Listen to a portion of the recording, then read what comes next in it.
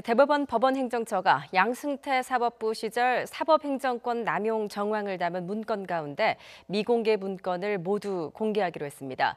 진작에 공개할 수도 있는 문건이었지만 검찰 수사 과정에서 일부 문건 내용이 유출되자 마지못해 뒷북 공개한다는 지적도 나오고 있습니다. 최도희 기자입니다.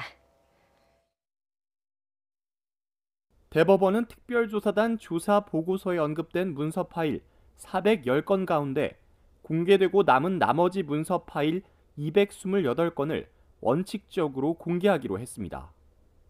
가급적 이른 시일 내에 공개할 수 있도록 비실명화 등의 작업을 진행하고 있다는 말도 잊지 않았습니다.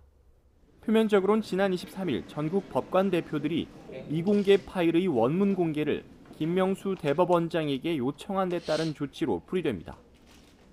하지만 최근 검찰 수사를 받으며 일부 문건 내용이 언론을 통해 속속 보도되고 있는 점 또한 공개 결정의 이유로 분석됩니다.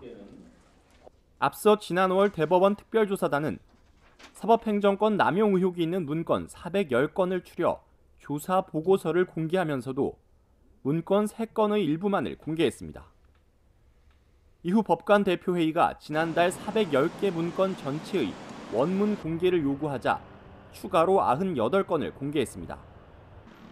나머지 228건은 사법행정권 남용 의혹과 거리가 있다는 자체 판단에 따라 공개 범위에서 제외했던 겁니다. 하지만 당시 공개된 파일 가운데는 양승태 사법부가 상고법원 정책을 추진하려고 박근혜 정부 청와대 협조를 얻어내려 한 정황 등이 곳곳에 담겨 있어 충격을 줬습니다. 추가로 공개될 미공개 문건은 양승태 전 대법원장 시절 국회나 변호사단체, 언론에 대한 전략 방안 등의 문건이 포함된 것으로 보여 적지 않은 파장이 예상됩니다. 이와 함께 애초에 일부 문건을 비공개하기로 해놓고도 검찰 수사로 수세에 몰리자 모두 공개하기로 한 대법원의 대처 방식 또한 비난의 도마 위에 오르게 됐습니다.